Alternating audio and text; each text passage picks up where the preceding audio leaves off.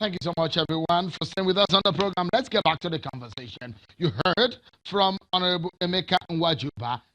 Another man has thrown his heart in the ring. How will this race pan out in the end? Because he's becoming more and more interested. Because what we understand in politics, Emeka is a friend to the villa, a friend to some APC governors, and now we know Femi Gbajabiamila is a friend to the Lagos politician, the national leader of the APC, Bola Tinubu, and you know how much he's been going around to get votes around the country. Also, Bago Muhammad is a politician from the northern region of the country, saying the north central region of the country should get a speaker. And also, in Kiruka Onyejocha, a woman in the race saying there should be a woman speaker.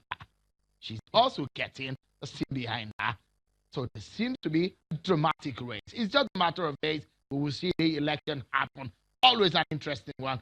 Wonder what happened in 2015 and perhaps what could happen in 2019. Let's get back to the conversation. But take a look at these images. Some of the images that I will show you right now. You have President Muhammadu Buhari from the northwestern region of the country.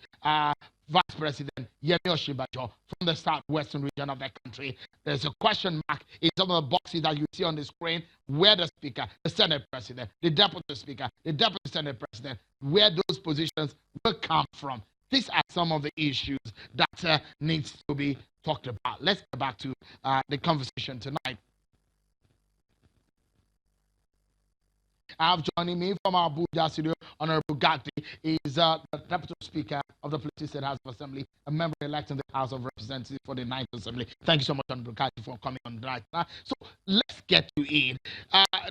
The CUPP seems to have a bone to pick with Honorable Gbajabiamila, and they've come to say, look, they have more incriminating evidence against Honorable Gbajabiamila. The air has been cleared by the group today to say, look, he does not have anything. They did say, CUPP say, we will hit Gbajabiamila's ambition with a new shocking move within 48 hours.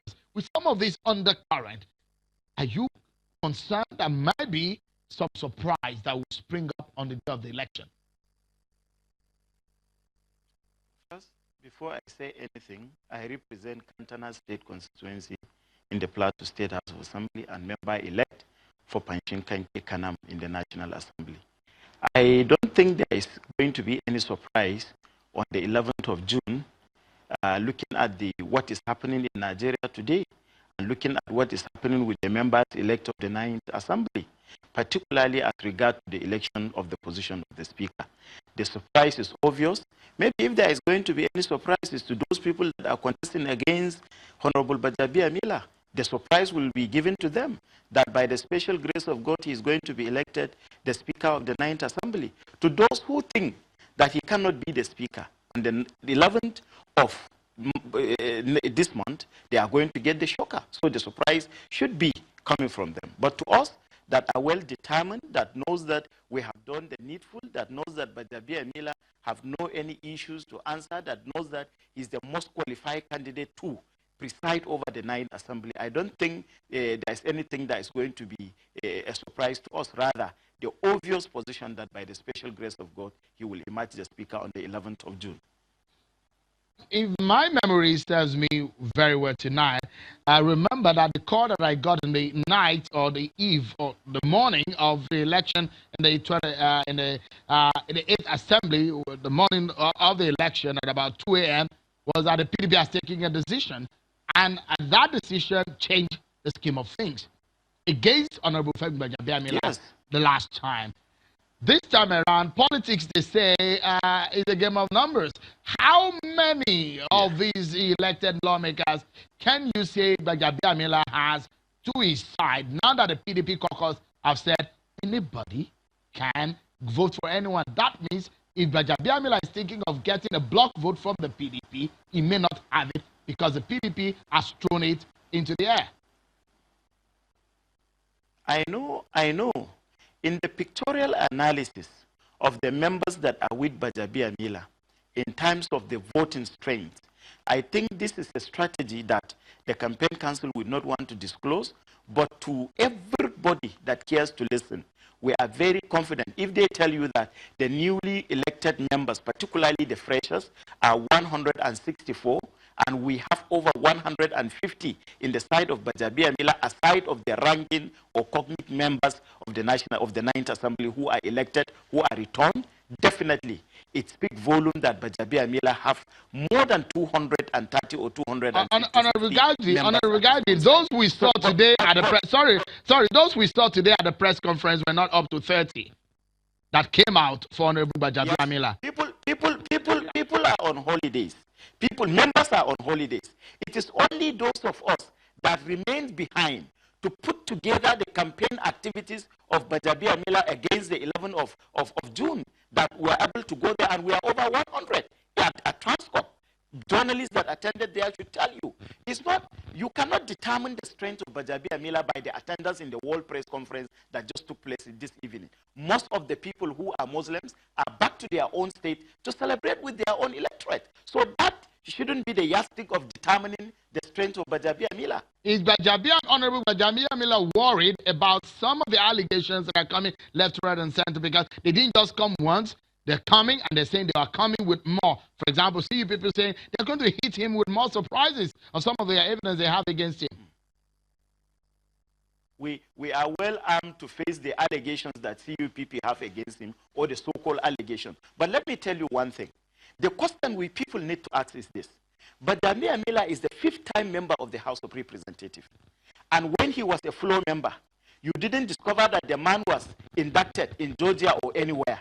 When he became a deputy chairman of the committee, you didn't see anything wrong in the man. When he became minority leader of the House of Representatives, nobody talked about anything. When he became the leader of the 8th Assembly, as the leader, as in aside of the Speaker deputy, he stuck in command of the House of Representatives of the 8th Assembly, nobody said anything. But now, or in 2015 and now, that the man wants to become the Speaker, that is when you didn't see. Honorable Gadi, let's close the program. Let's close the program now, and I'll put it right on the spot. Just in a few seconds, if you can help me string your thoughts together and answer this question. Honorable Emeka Nwajuba is there. You know how close he is to the villa. That's one man on one hand. In Kiruka, you have a very strong. Honorable Bago is also there. This is a very strong candidate in the race. A big question now is that going into this election, if there is a surprise on that the Honorable Gbajabiamila loses this election, what would you say? I think as a believer of God, I know power comes from God, and God gives power to whosoever he so desire. But as a politician, equally, I know the commitment we have put together. That is why we are relaxed. We are not carried away by all those campaigns of calumny and blackmail against Honorable Gbajabiamila, because we know the people we have consulted. We know the members elect that are with us. An election on the 11th of June is going to be won on the floor of the House, not in the pages of newspaper or on the screen of TV, where people will come and be saying whatsoever they want to say for the betterment of whatever they want to achieve. It is members of the 9th Assembly that are going to elect their Speaker, and they have confirmed to us, we have confirmed to Gbajabiamila that looking at his experience, we are going to elect him come 11th of June. Honorable Gadi, it's a pleasure. We'll be seeing more of you in the assembly. Thank you so much for talking to us. But that's our show for today, everyone. Many thanks for watching. I'm sure Kimberly. Bye-bye.